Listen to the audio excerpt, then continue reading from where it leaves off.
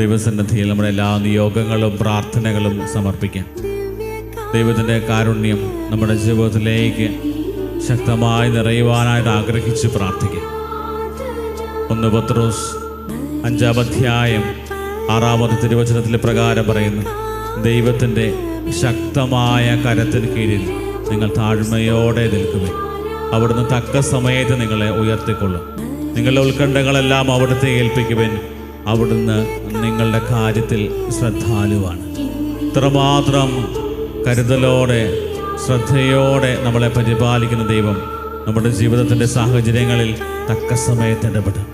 നമ്മൾ ചെയ്യേണ്ടത് പ്രകാരം ദൈവത്തിൻ്റെ ആ വലിയ ശക്തമായ കരത്തിൻ്റെ കീഴിൽ എളിമയോടുകൂടി ആയിരിക്കാനായിട്ടുള്ള പരിശ്രമം നടത്തുക. ദൈവം നമ്മുടെ ജീവിതത്തിൽ ഇടപെടും. നമ്മുടെ ഉത്കണ്ഠകളെല്ലാം അവിടുത്തെ സമർപ്പിക്കും.